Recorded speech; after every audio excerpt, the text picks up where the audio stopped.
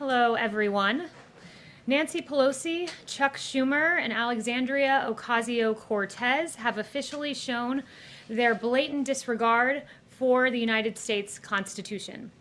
Apparently, it is now a high crime and misdemeanor worthy of impeachment for a lawfully elected President of the United States to exercise his constitutional duty.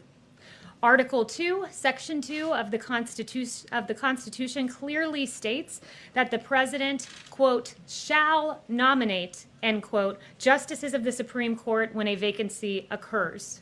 No matter the time, no matter the politics of the day, the President is the President. There's nothing in the Constitution that says the President stops being the President in an election year. The President has already appointed two strong conservative justices to the Supreme Court, justices who will interpret the Constitution as written. Now, he will nominate a third.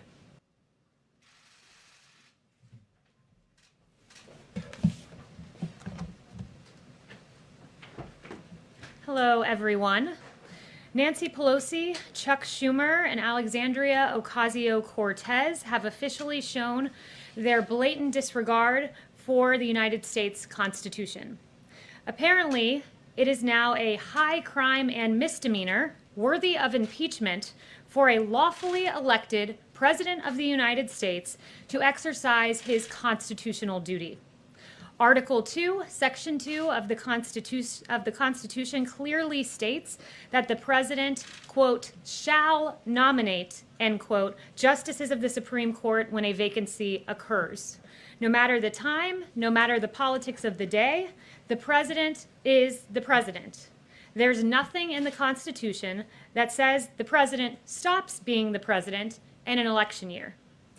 The President has already appointed two strong conservative justices to the Supreme Court, justices who will interpret the Constitution as written. Now, he will nominate a third. As Senator Ted Cruz reminds us, we're one vote away from seeing our religious liberty votes stripped away, from our free speech stripped away, from our Second Amendment being stripped away. Just one vote. Contrast the President's solemn constitutional duty with Democrats' search and destroy politics. Nancy Pelosi has vowed to attack the President with, quote, arrows. Speaker Pelosi will not rule out impeaching this President for doing his job for fulfilling his constitutional obligation. AOC said that impeachment is an option, quote, on the table, while Chuck Schumer stood by, nodding approvingly. The plan of House Democrats is so rabidly radical that even Democrat Senator Tim Kaine has rebuked the idea, calling the idea of using impeachment to delay a Supreme Court vote, quote, foolish.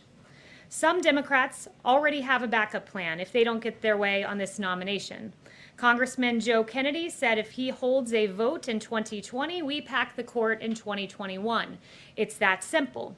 Senator Ed Markey went further. No Supreme Court vacancies filled in an election year, he said. If he violates it when Democrats control the Senate in the next Congress, we must abolish the filibuster and expand the Supreme Court.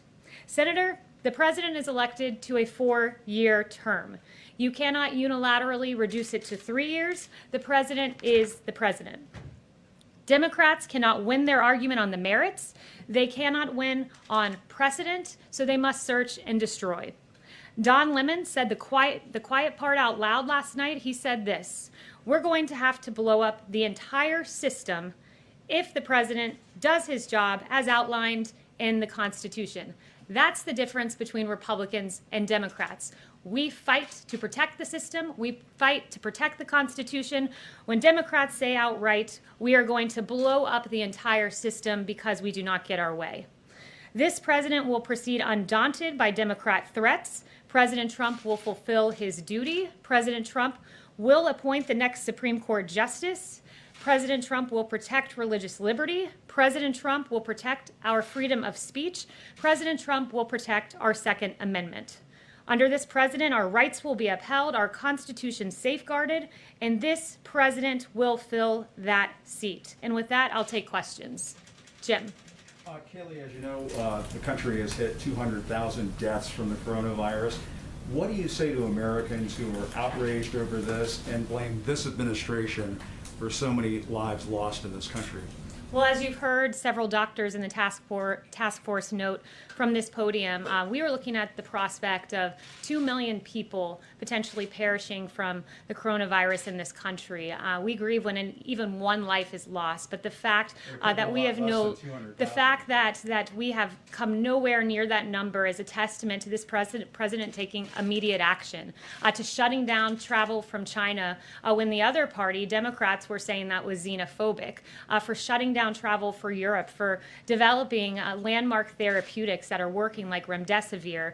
And when you look at the fact that excess mortality, Europe has experienced a 28% higher excess mortality rate than the United States. It's a testament to the hard work done by the task force and this president. And if you don't mind, if I could follow up, last night the president said at one of his rallies about the virus, and I think he was talking about younger Americans, he said it affects virtually nobody. By the way, open your schools, everybody open your schools. But he said to Bob Woodward, it's not just older people, it's young people too.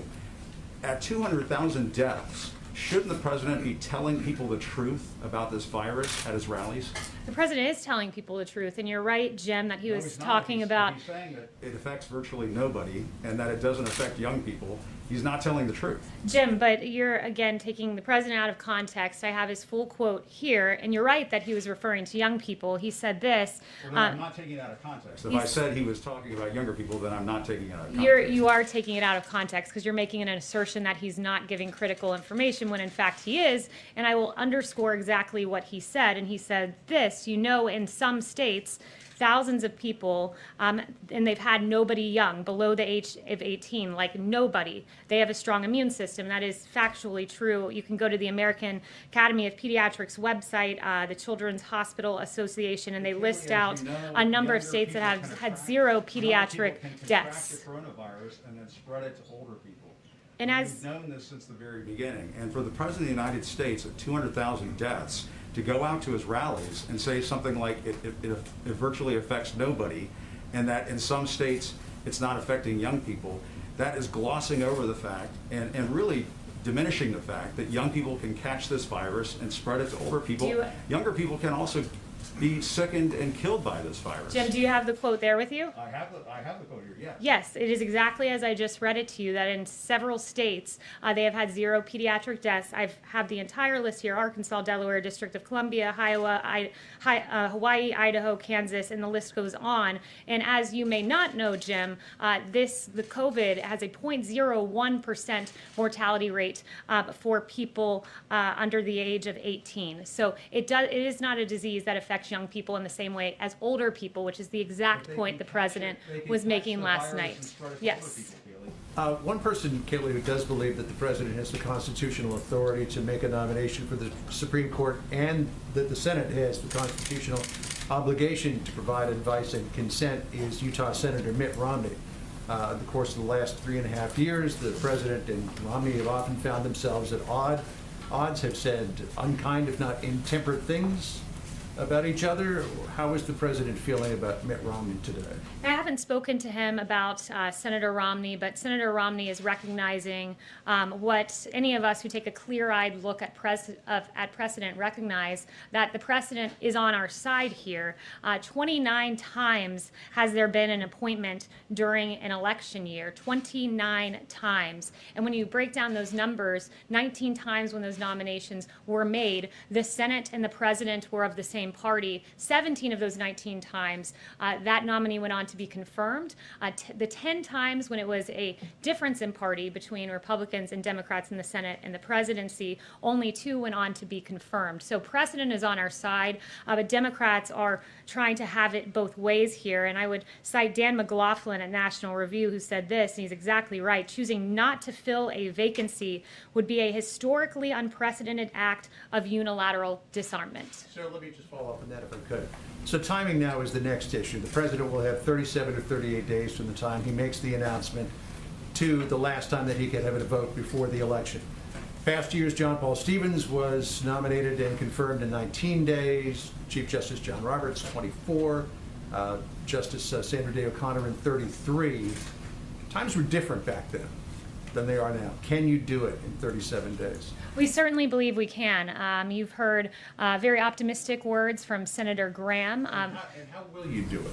Well, we will go about this the way we always have, by putting forward a Constitution-abiding textualist, originalist that we believe the American people will appreciate, and we believe will get through the approval process, the nomination and confirmation process, I should say, quite quickly. Yes, Kevin. Two quick questions. On the 200,000 deaths, will the president recognize that publicly today? At his speech or on Twitter, is this something that he would like to express remorse over, or simply to people who have lost? The president throughout this pandemic has done just that. He has said before that it keeps him up at night thinking of even one life lost. This president has taken this incredibly seriously, and what he's done is he's worked harder each and every day. He works hard, puts his head down, and I think that's very evident in the administration's historic response, the largest mobilization of the private sector since World War II, the fact that we got working therapeutics delivered to the American people, the fact that a vaccine, frankly, this will be the fastest pace for a vaccine for a novel pathogen in history as we seek to reach that goal by the end of the year. That's what the president does. He takes this seriously. And the fact that you've seen the fatality rate that has fallen 85% since April, and the fact that only 1.5% of emergency room visits are now people sick with COVID is a real testament to the hard work done by the task force and President Trump. Could you speak a bit about why the president prefers to have the confirmation vote before the election? How does he think this is going to help Cory Gardner and Joni Ernst and Republicans keep the majority in the Senate? Well, the president would like to see a confirmation process that is fair.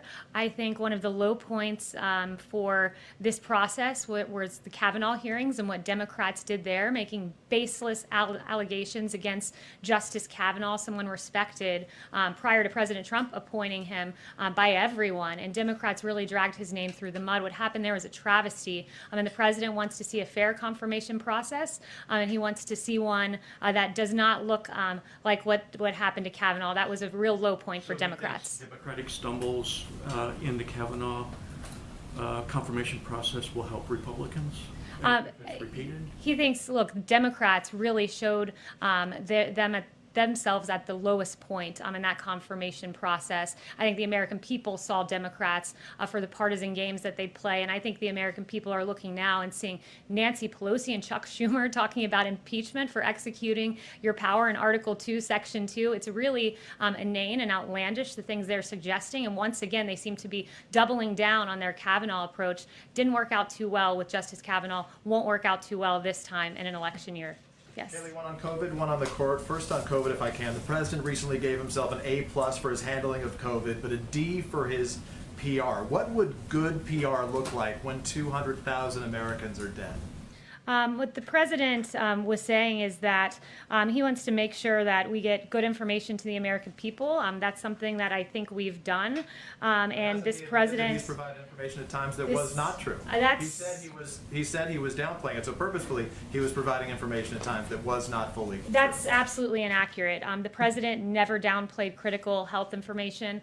The president never downplayed our COVID response. And you can just see that by the historic effort that we've put forward. And I would also point you to Dr.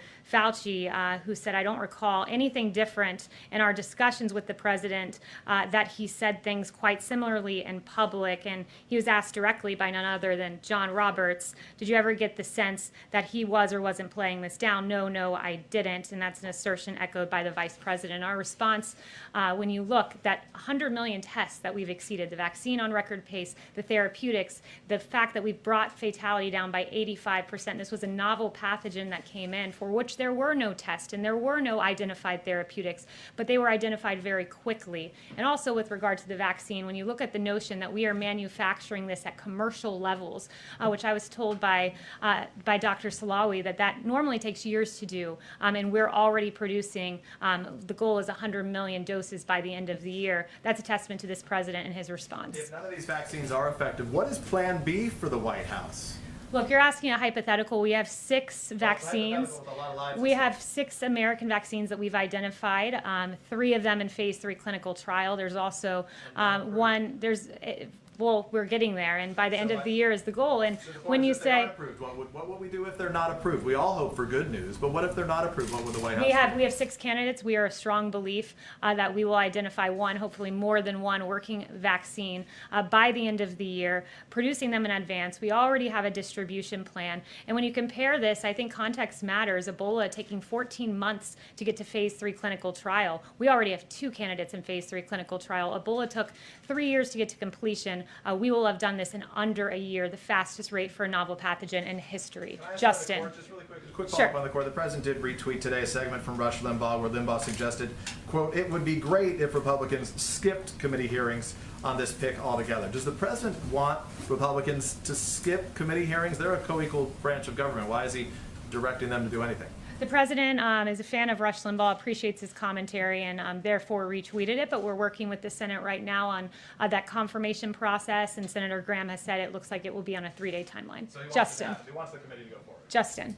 Thanks, Kayleigh. One on SCOTUS and then one on the stimulus. Can you confirm that the president's planning to meet with Judge Lagoa in Florida while he's down there this week? And he said yesterday that he had spoken to some candidates beforehand. I know the Judge Barrett was in here yesterday, but I was wondering if you could talk about any of the others that he may have already had contact with. Yeah, I won't get into his private meetings. You will find out which Constitution-abiding textualist and originalist he is appointing on Saturday. And then on the stimulus, it's been kind of a rocky couple days on Wall Street. I think there's concern that the Supreme Court fight may sort of kill the last gasps of getting a stimulus bill done before the election. Does the White House agree that that's probably not going to happen until after the election, if at all? Or if you are still hopeful, you know, the president had said when the time is right, he'd be willing to reach out to Speaker Pelosi. It seems like we're getting down into the last legislative days before the election. Is the time now right? Yeah, we've wanted to see a phase 4 relief bill get to the American people. It's why the Chief of Staff and Secretary Mnuchin have been in negotiations. Unfortunately, though, they've been in negotiations with a fundamentally unserious partisan named Speaker Pelosi, who, when we would exceed what she asked for with school funding, let's say, she then would reject the money that was in excess of what she had previously asked for. Democrats, I think, showed what they were about when they filibustered a bill that would have provided $300 a week to the American people through December 27th. They filibustered that, I believe, last week. So at this point, the onus is really on Speaker Pelosi. We encourage her to send one-off bills, perhaps airline funding or other elements that we could work through the process to get to the American people. It's always been this president's priority to do that. So you don't see a kind of big stimulus bill, but you might see one-off bills before election. Yeah, the onus is on Nancy Pelosi. You know, we've come up in our number to 1.5 trillion, so it's possible should she become serious in these negotiations. But at this point, if she doesn't want to deliver relief to the American people to that degree, then she can one off some bills that we would look at and be happy to move forward with, because the priority has always been getting money to the American people, which is why the president has had those EOs on evictions and unemployment insurance and student loans and evictions. Yes. Can I follow up on Justin? The first presidential debate is a week from today. How do you expect the Supreme Court issue to impact that debate? Yeah, so you know, a lot of that is for the campaign with regards to the debate, so I'd have to refer you there. But I think the American people are going to get a very clear-eyed look, as they have with the previous 2 nominees we've made, of what this president stands for, that he wants a judge who will protect our fundamental rights, our essential liberties, who looks at the Constitution as written, not trying to fancifully interpret that document, who looks at the plain meaning of statutes and implements that and rules in a way that a true textualist would. This is a president who will protect the Second Amendment, who will protect the First Amendment, and these fundamental rights are at stake should another party have their way with the judiciary. But this president will continue to appoint justices in the mold of Gorsuch and of Justice Kavanaugh. Separately, the Democrats are threatening to add justices to the Supreme Court, as you mentioned. Does that concern you at all as you go about this process? Yeah, that's it's unfortunately another example of trying to blow up the system. If you don't get your way, Democrats will blow up the system. They will change the system. They will trample on the Constitution. And I would point them to the words of Justice Ginsburg, who called court packing a bad idea. She called it partisan. She said 9 seems to be a good number. I think packing the court was a bad idea when President Franklin Delano Roosevelt tried it, and I'm not in favor of all of that. Yes, Anita. I had a question on the virus, but I wanted just to follow up on Justin. He asked about the speaker. Has the president called the speaker about the recovery bill, and why not if he wants to get this done? Is he calling other lawmakers as well? I'm not aware of any conversation that they've had.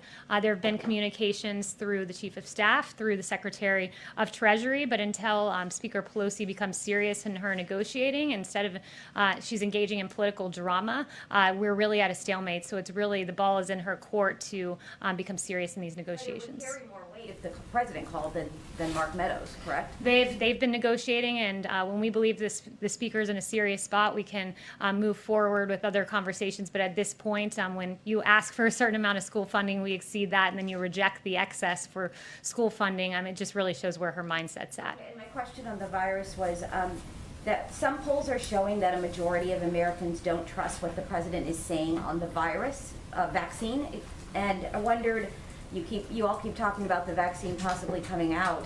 How are you going to get people to believe that the vaccine is safe and that people should go get it when it does come out? What is the process going to be looking like?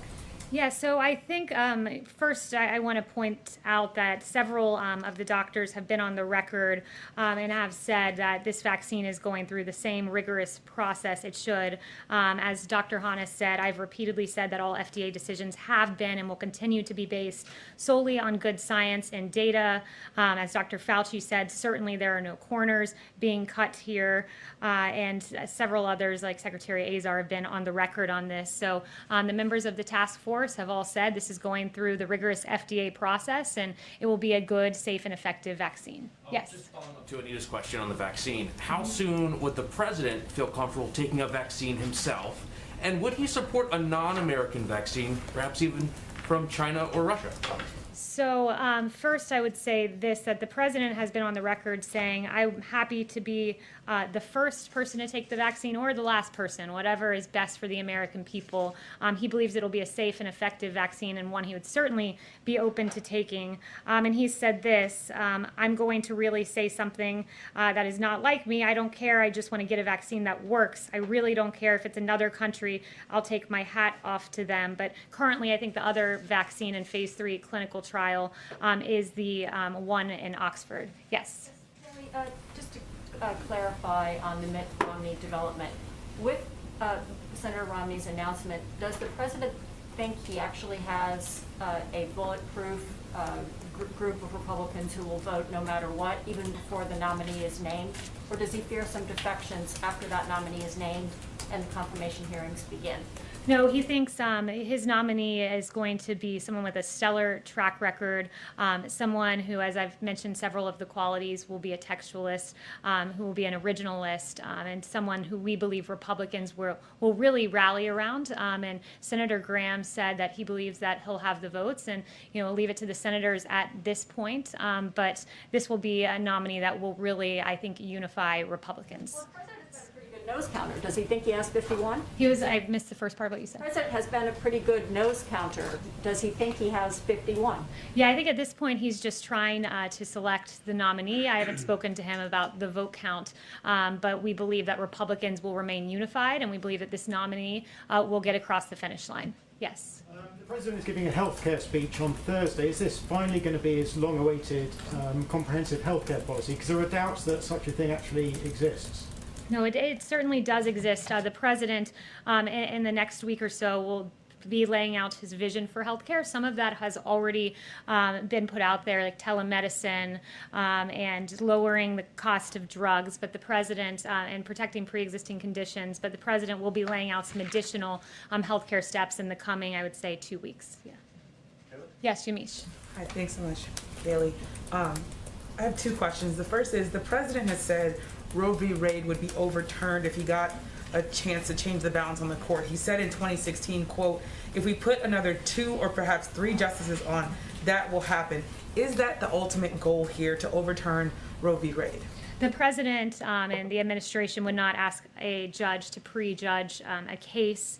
And I would point you to the rule set by none other than Senator Joe Biden at the confirmation hearing of Ruth Bader Ginsburg, when he instructed no questions on how Ginsburg will decide any specific case that would come before her. And as Justice Ginsburg said in her confirmation, no hints, no forecasts, no previews. And Canon 5 of the Model Code of Judicial Conduct also reflects that a judge should refrain from giving specific viewpoints on cases, controversies, or issues. Whether or not the president's quote in 2016, whether he still stands by that he would like to see it overturned. The president's philosophy as he's moving forward with this nomination process is he's looking at a judge that has certain qualities, and that is someone who looks at the Constitution and interprets it as written, interprets the plain meaning of statutes as written, and will be a textualist and an originalist. Second question about Yes. the virus.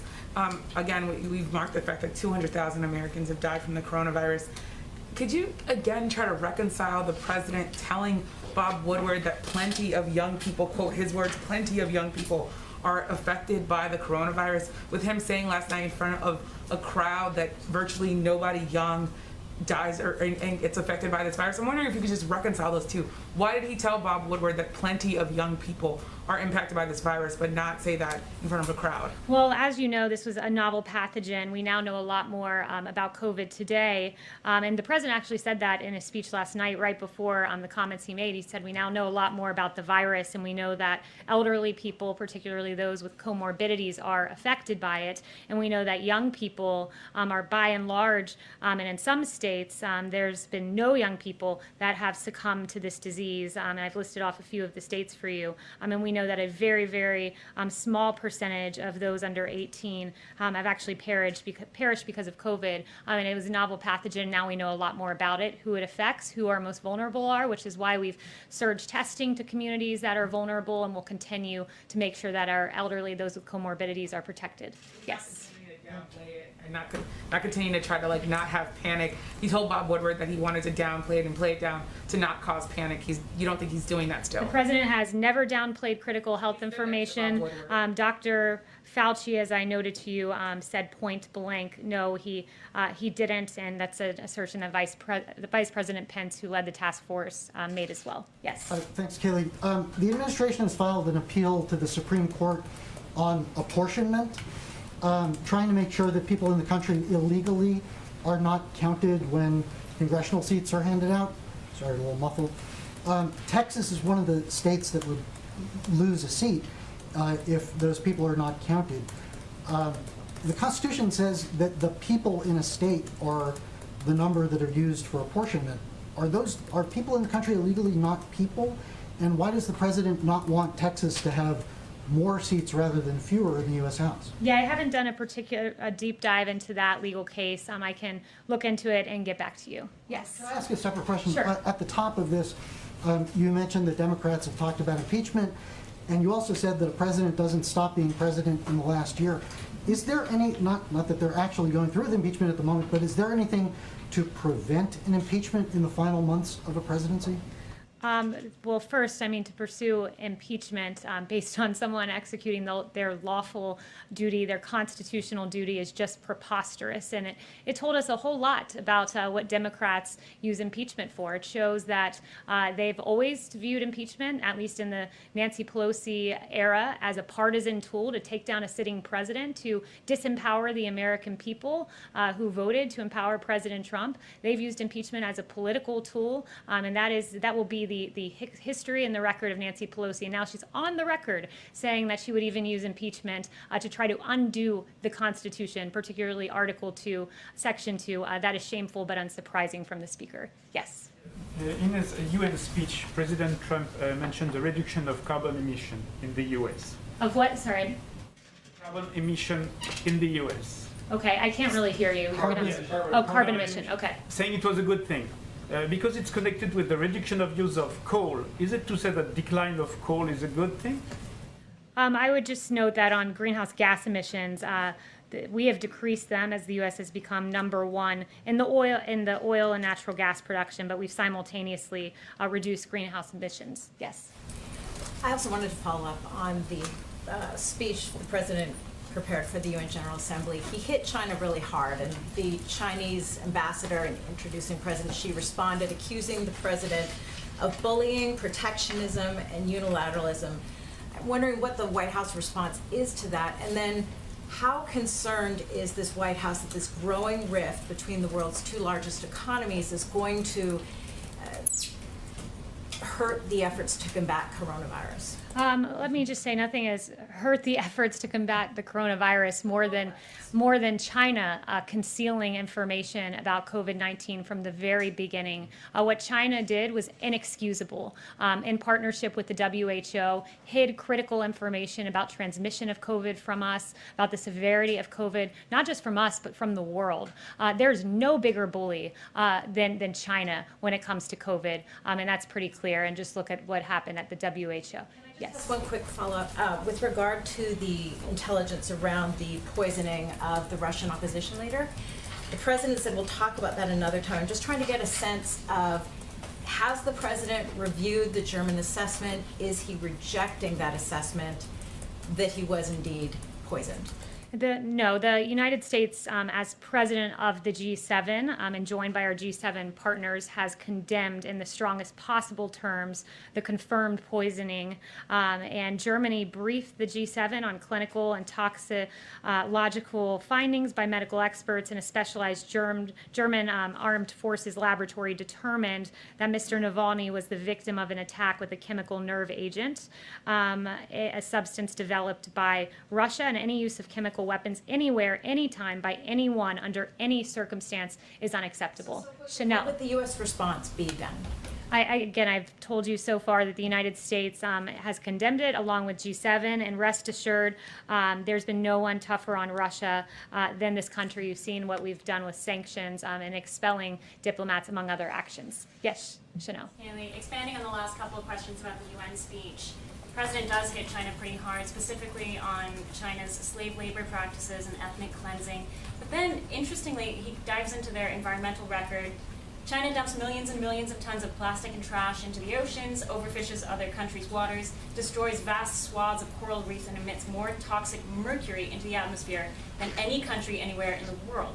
How responsive have the United States' allies been to this message from the president and on confronting China on these fronts in particular? Yeah, I would say the world is unified in condemning some of the human rights violations by China. And also I would note, just on the issue of CO2 emissions, there's no bigger emitter than China itself. Charlotte? Thank you, Kayleigh. A Heritage Foundation report has discovered a financial link between an organization linked to Black Lives Matter and a pro-Chinese regime group. Is that something that the White House would investigate, and is that something you're concerned about?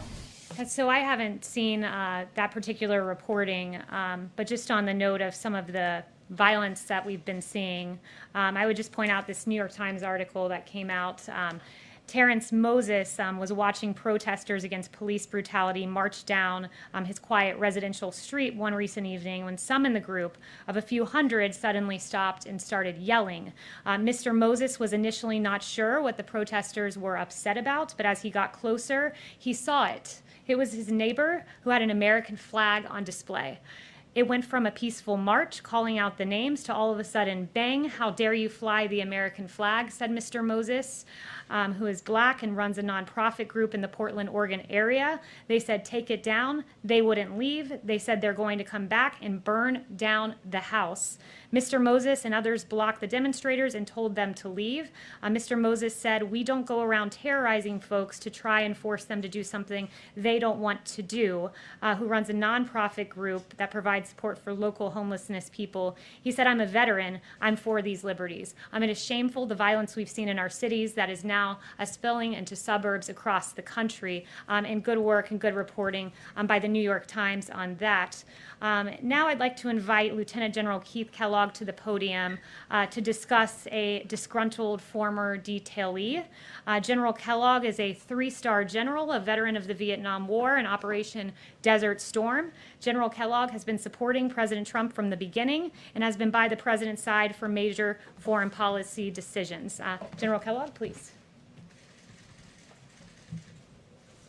Thanks, Kayleigh. Good afternoon. I'm Keith Kellogg. Olivia Troy worked for me. I fired her. The reason I fired her was her performance had started to drop after 6 months working on the task force as a backbencher. She was responsible for coordinating meetings, bringing people together, and when the performance level dropped off, I went to the Vice President of the United States and recommended she leave. I'm the one that escorted her off the compound. What she has said, I have never heard. That's never happened. And I've been through every single meeting of the task force, been with the president and the vice president through every meeting. What bothers me about what Olivia said is my insinuation, the disparagement of the task force, the vice president, and the president of the United States. When you look at what the task force has done, we are now facing the worst pandemic we have seen in over 100 years, and we're fighting through it. We are this close to a vaccine that will work.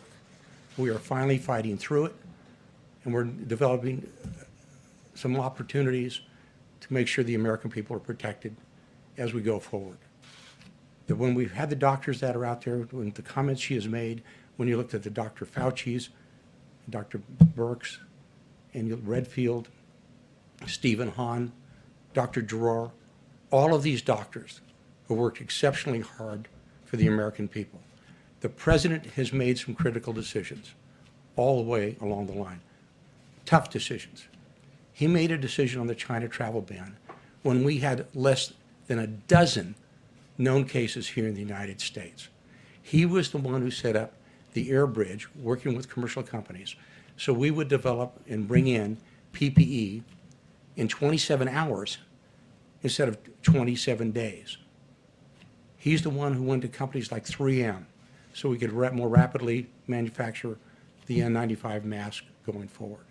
He's the one who drove all of those efforts. And I heard the comments made about the people we have lost. Do not think for a minute that that has not bothered us. It does.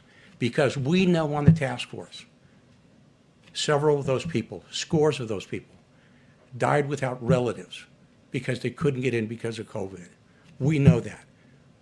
Scores of them died on ventilators when they're under sedation because they didn't have an opportunity to see their loved ones. That bothers us every single day. Don't think it doesn't. And it bothers the president. And the president's been very confident that we're going to get to a solution. You want a president. You want a leader that displays confidence that we have something going forward, that we're going to win and beat this virus.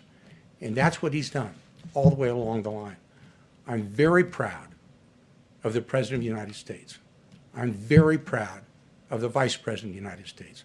I'm very proud of the task force and the work it's done. I am not proud of Olivia Troy. So General Kellogg, should the president be having these big rallies? Thank you, Lieutenant General. We appreciate you doing this. What we have here with this former disgruntled detailee and with Miles Taylor as well, these are not profiles in courage, but these are profiles in cowardice. Less than 2 months ago, now disgruntled former detailee Olivia Troy proudly declared that she was serving in the Trump administration and it had been, quote, the honor of her life.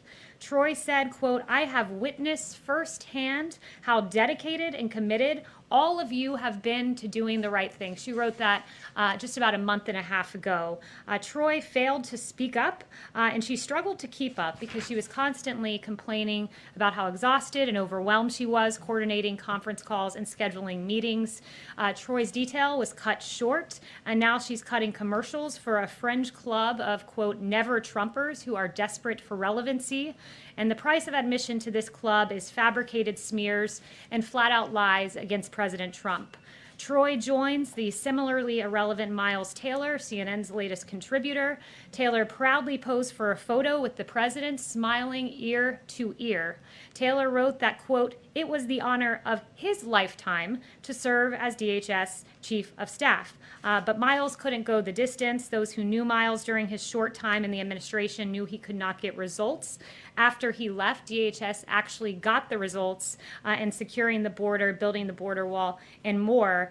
Desperate to please his new Silicon Valley friends, Miles made up lies against President Trump to fit in. He can now rest easy at Google, having earned his anti-Trump credentials and the approval of his big tech peers. Neither of these individuals knew the president, but they are certainly trying to profit off of their time here in the White House. Flat out lies, and thank you, General Kellogg, for setting the record straight. Thank you.